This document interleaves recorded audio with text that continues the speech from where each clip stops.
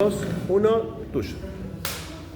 Bueno, como el profesor decía, sí, sufrimos, y no únicamente en el pasado, una gran invasión de fauna y flora exótica que no únicamente dañó la fauna autóctona y no solo la perturbó, sino que también la puso al borde de la extinción. Yo recuerdo de que cuando era más chico en Buenos Aires, iba, cuando tenía suerte, a una reserva natural que era Ribera Norte. Iba a varias, una de ellas era Ribera Norte, por suerte era gratuita, entonces podía ir cuando quisiera. Ribera Norte, Reserva Vicente López y Otamendi tenía suerte porque hay en Campana esa. Y cuando iba, justamente nos explicaban eso de que como, si bien se habla mucho de la fauna, no se habla mucho de la flora. Y cómo esta terminó perturbando el ecosistema natural. Si hablamos de especies que no son propias de acá, podríamos hablar tranquilamente de especies como son las palomas. Pero existen palomas que sí son autóctonas de acá. Miren, la paloma que vemos en las áreas céntricas, la paloma clásica que vemos en todos lados en las películas, en el centro de Córdoba o en Carlos Paz, es la paloma bravía o paloma doméstica, paloma común. Esa paloma que es gris oscuro, que puede aparecer a veces como albina y demás, es la que tiene más variedad de plumajes. Perdón, ¿la albina es la paloma blanca? Bueno, la paloma blanca siempre es de la familia de las palomas bravillas, paloma doméstica, de la que estoy mencionando, porque es como que tiene mayor variedad de plumajes, ¿me entendés? En cambio, las palomas autóctonas no tienen esta variedad de plumaje, esta variedad de coloración de la piel. Bueno, primero parto de las palomas y vamos a lo interesante que son las aves rapaces de Córdoba, pero en las palomas autóctonas, por ejemplo, tenemos a la porcasa común, la porcasita común literalmente se llama así, que donde vivía yo en Buenos Aires había muchas de esas.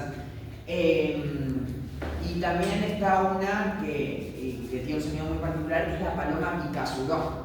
Yo de chiquito la llamaba paloma picazuró, que es de tamaño bastante grande, que tiene como un color multicolor, tiene tonos multicolores en el cuello, muy curioso.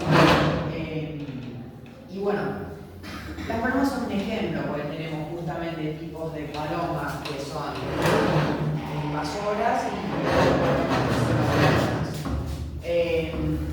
bueno, después tenemos especies que son, podría hablar de la cotorra monje y demás, y de la amenaza que representó su invasión en Argentina, que es el loro, digamos, que vemos a diario en bandadas enormes.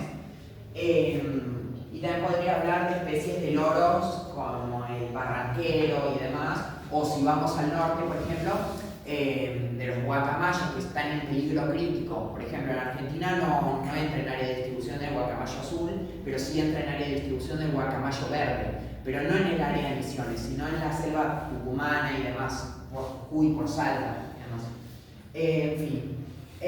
Yo lo que voy a hacer hincapié hoy son en las aves rapaces de Córdoba, aves de rapiña, aves que cazan básicamente.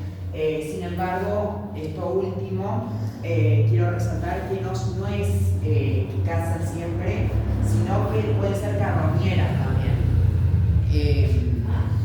Son aves que uno a grandes rasgos dice águilas, halcones, buitres, cóndores, que bueno, pertenecen a los buitres del nuevo mundo, porque están los buitres del viejo mundo, que son los buitres que vemos, por ejemplo, en África y demás, los típicos de las películas, y después, o los quebrantahuesos en Eurasia, que son, no sé si lo conocen, es un buitre que agarra literalmente, pues es un nombre, huesos, y como los consume, o tortugas también, vuela a grandes alturas y los tira desde arriba y a mucha altura y se quiebran con el suelo y bueno, consumen ahí. Bueno, y entre las aves rapaces del Nuevo Mundo, o sea, de América, de nuestro continente, tenemos a los jotes, que son justamente un tipo de buitre. Tenemos, por ejemplo, acá en el basural de San Nicolás, por ejemplo, tenemos al jote cabeza negra, o sopilote negro, sopilote negro,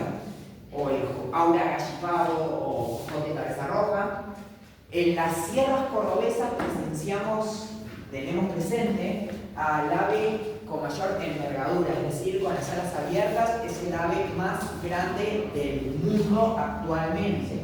Me refiero al cóndor andino, que comparte este puesto con el albatros errante. Me dirán, ¿qué es un albatros errante? Un albatros errante, un albatros en sí, es un tipo de ave pelágico, es decir, vive en el océano, y es similar a una gaviota, no es una gaviota. Y bueno, el albatros errante también alcanza hasta los 3 metros con las alas abiertas, es decir, de envergadura. Y bueno, el cóndor comparte este puesto con el albatros errante. Y me dirán, ¿dónde se ubica el albatros errante? También en Argentina, pero en los océanos. Es casi cosmopolita, es decir, habita en casi todo el mundo el albatros errante. Y el cóndor andino habita únicamente en nuestro continente, pero en el área andina, con excepciones. Entre esas excepciones tenemos, por ejemplo, la Sierra de Ventana en Buenos Aires y las sierras de Córdoba, que obviamente no es parte de los Andes, no es parte de la cordillera de los Andes, esto, pero tenemos poblaciones de cóndores andinos acá. No nos tenemos que alejar mucho de nuestras casas para presenciarlos. Y eso es algo de que ningún europeo, ningún asiático puede tener el lujo a menos que se acerque a un zoológico. Así como los africanos pueden tener un león y demás, nosotros tenemos el lujo de poder tener al ave más grande del mundo actualmente. También tenemos en nuestras montañas, en nuestras sierras, al águila mora, que bueno, es un águila que se la ha acusado muchas veces de matar al ganado, pero eso es erróneo, se la acusa falsamente de eso, y que incluso favorece a la hora de controlar a especies invasoras. Me preguntarán, ¿cómo qué especie invasora? Un ejemplo es la liebre europea. La liebre europea representa una de las plagas más destructivas en nuestra provincia. Y justamente la águila mora, que es una especie autóctona, es decir, es una especie que habita en este territorio de forma natural, controla esto, se abastece justamente de una especie invasora, controla esta plaga.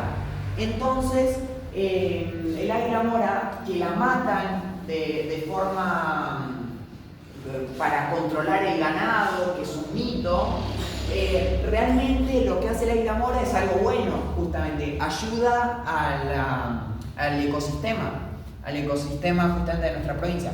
Bueno, acá tenemos el carancho, que es típico de ver, un plumaje muy característico, que sin embargo, a pesar de ser imponente, es carroñero, casi completamente carroñero, es decir, consume animales muertos, es oportunista, animales débiles también.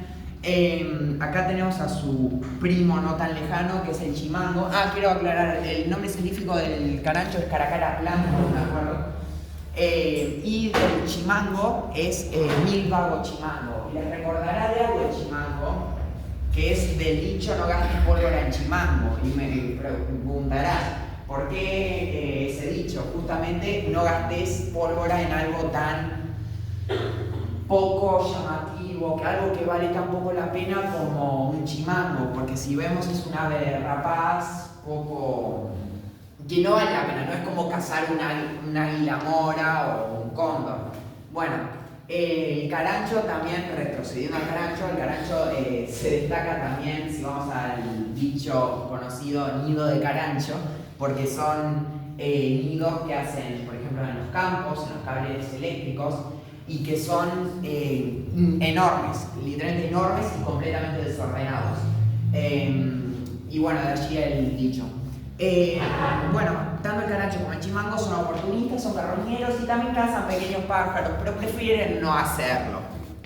El aura agachipao, o mejor dicho, jote cabeza roja, y el jote cabeza negra son casi completamente carroñeros, es decir, cumplen la función de un buitre, literalmente son buitres del Nuevo Mundo. El cóndor andino es también oportunista, a pesar de ser gigante, literalmente 3 metros con las alas abiertas.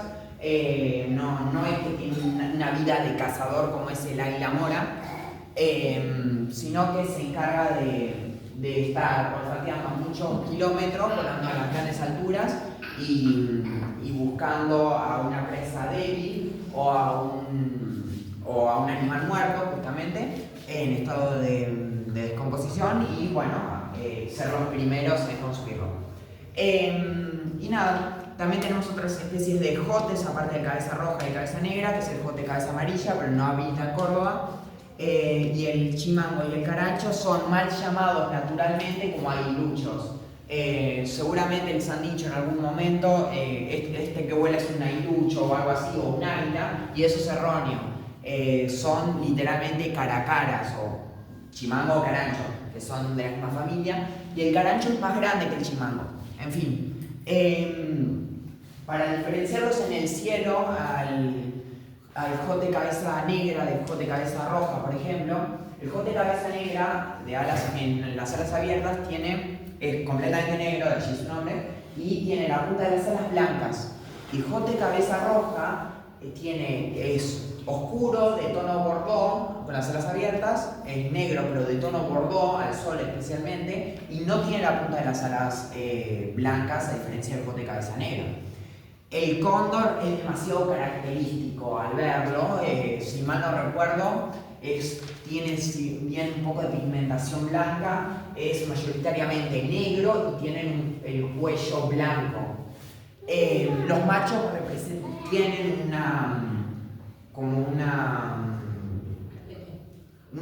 no sé cómo decirlo. Cresta. Claro, como una cresta. Las hembras no, y los machos jóvenes tampoco. De hecho acá se lo ve un cóndor volando, me había olvidado. Bueno, y nada, el chimango se ve parecido al jote cabeza negra volando, sin embargo, es decir, tiene las puntas de las alas blancas, al igual que el jote cabeza negra, pero es tono marrón. Y el carancho es igual al chimango volando, y al igual que el jote cabeza negra, pero es de mucho mayor tamaño y te das cuenta de que es un carancho, pues tiene tonos más opacos en el pecho. Y nada, también está presente en el cielo cordobés el halcón peregrino, de nombre científico Falco peregrinus, que es el animal, el ser vivo actual más veloz del mundo. Es decir, el ser vivo más veloz del mundo no es el chita o guepardo, como muchos dicen. Ese es el animal terrestre más rápido del mundo. El animal más rápido del mundo es el halcón peregrino. Y me preguntarán, ¿cómo alcanza un ave rapaz a tales velocidades que ahora voy a mencionar? Bueno, el halcón peregrino tiene, entre muchas de sus características, que incluso aviones militares lo han imitado para alcanzar velocidades semejantes, que son muy curiosos, hay documentales al respecto. El halcón peregrino lo que hace es, su caza lo que se centra es en palomas. No se complica, es una ave pequeña, más pequeña que un carancho, y se centra en cazar palomas. Está en los centros y demás. En el centro de Córdoba se lo puede ver fácilmente. Bueno, y vuela a gran altura, ve a su presa, y lo que hace, a diferencia de otras aves que usan mucho de su fuerza y demás, contrae sus alas y se tira en picada. El halcón peregrino se tira en picada y dirán, sus pulmones pueden explotar a semejante velocidad. Bueno, tiene justamente en sus orificios nasales como unos protectores que hacen que los pulmones estén a salvo, además de su forma aerodinámica. El halcón peregrino vuela en picada, mejor dicho, cae en picada, que alcanza velocidades tales como 380 km por hora. Estamos hablando de que no se tiene registro de otro animal, ni siquiera históricamente, que alcance semejante velocidad. Se habla en el mar del pez vela, que es como un pez espada, que es el más rápido en el mar. Se habla de chita o guepardo, que es similar a un leopardo en la tierra, en África, que es el más rápido en la tierra. También podemos hablar del reptil más rápido, que si no me equivoco es la mamba negra, que es un tipo de serpiente. Pero en los cielos el más rápido y en general de animales es el halcón peregrino y era mi animal favorito por mucho tiempo. Y bueno, y también vale mencionar de que es el ave nacional de varios países del Medio Oriente, el halcón peregrino. Uno puede ver a los jeques árabes y demás practicando la cetrería, que es un deporte de cazar con halcones. Lo tienen encapuchado para que no se estresen y antes de cazar le sacan la capucha y lo sueltan y el halcón va volando y caza a su presa. Se practica con halcones peregrinos, halcones gerifaltes que son blancos y otros tipos. Y también con águilas reales. El águila real es, por ejemplo, el símbolo de México. El símbolo de México es literalmente el águila real. Alemania creo que no, pero porque es el águila bicéfala, que no existe literalmente, pero está inspirada en el águila real. Habita en toda esa zona, habita tanto en Norteamérica como también en Europa. Tiene un área de distribución extensa. Y también quiero mencionar a otra ave rapaz que no habita en nuestro territorio, pero que es importante mencionar, que es el pigarro europeo, pigarro gigante, que habita por las zonas de Siberia, que compite mano a mano con el águila calva. El águila calva es el ave nacional de Estados Unidos, que bueno, ustedes tienen la cabeza blanca, y que está muy sobrevalorada en mi opinión, porque lo único que hace es cazar peces o animales pequeños, no es que represente un serio peligro para el entorno. El que representa un serio peligro para el entorno, si hablamos de qué tan imponente es el águila real. El águila real puede cazar tranquilamente corderos no tan pequeños y demás. Incluso se lo ha visto cazar lobos. Lobos no adultos, pero lobos de tamaño medio. Hay videos y todo. Hay mucho fake news dando vuelta, pero está documentado. Acá vamos a subir otro fake news ahora. Y nada, es importante mencionar, bueno, lo del águila real. Ya mencioné lo del quebrantahuesos, que es el que vuela a grandes alturas y suelta desde los cielos. También podría, pero otro día lo haré, de las aves nocturnas de Córdoba. Igual no sé mucho de eso, sinceramente nunca me encargué de leerlo mucho eso. Yo dejaría un espacio ahora ahí para si hay preguntas, digamos. Dale. Yo tengo una, pero vamos a ver si hay alguna pregunta que quieren hacer. Te lo hago yo primero, que ganamos tiempo mientras piensan. De los jotes, que a mí me interesan porque son los que vemos acá en Malagueña, incluso he visto en Córdoba los días de mucho calor, Sí. lo he visto en las antenas. En Bosque Alegre, en las antenas de Bosque Alegre está lleno de jotes, no sé cuál de ellos.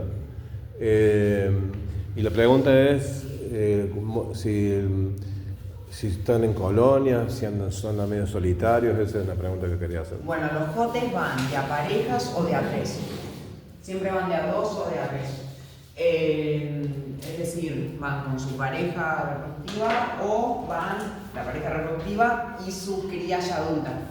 Suelen tener dos crías como mucho, que alcanzan la adultez, son pocas, y van de a tres, dos o tres, siempre hace a dos o tres. ¿Alguna pregunta, chicos? Ay, qué serios. El cóndor, ¿qué vida tiene? ¿No sabes? Longevidad de vida. Sí. Desconozco, sinceramente desconozco cuánto vive un cóndor, debería estudiarlo. Sé que viven bastante tiempo, sé también de que es familiar cercano porque el cóndor tiene un familiar está el cóndor andino, no tiene un semejante en ningún lado, si bien pertenece a la familia de los buitres, que tenemos el Nuevo Mundo, que son de América, y los buitres del Viejo Mundo, que son los africanos y esos que viven menos tiempo. Está también el cóndor californiano, que es muy diferente a este. Es color anaranjado, la cara es anaranjada literalmente, y está en peligro crítico. De hecho, estuvo muy cerca de extinguirse. Y uno de los problemas que tenía el cóndor californiano era su gran longevidad y que tardaba mucho en alcanzar la madurez sexual. ¿Entendés? Alcanzaba su edad de reproducción bastante tarde. Eso hacía complicado de que se puedan reproducir y demás cuando los criaban y todo eso. Pero del cóndor andino en sí no sé cuándo vive, sinceramente desconozco. Obviamente el tamaño de las aves sirve un poco de referencia de que uno no siempre, por ejemplo, en los perros es al revés. Un perro cuanto más grande es, menos vive, lamentablemente. Por ejemplo, el pastor habanero, que parece un caniche, vive hasta los 25 años, es uno de los perros más longevos que existen. En cambio, un gran danés vive mucho menos, viven como hasta los 12, 14 años. Es de los perros de raza que menos tiempo viven. ¿Alguna pregunta allá? No. Y el cóndor, no desconozco cuánto vive, pero en aves, sí, cuanto más tamaño, más viven. Sí. En aves pasa. Se dice que el jote anuncia la muerte, ¿de verdad? ¿Cómo? Se dice que el jote anuncia la muerte. O sea, con el Claro. presidente, Sí, su presencia anuncia la muerte. el dolor, o sea, él siente el dolor, siente el muerto. Bueno, justamente se caracterizan por tener un olfato extraordinario. Y eso hace de que se lo asocie con muchas leyendas.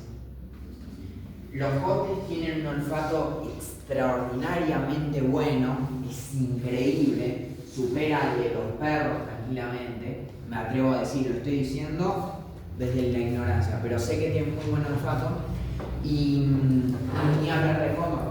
Pero, y también quiero mencionar, ¿no les llamó la atención de que los jotes, los cóndores, los jotes cabeza negra también, son calvos? No les llamó la atención, no sé si se ve bien, pero son todos calvos.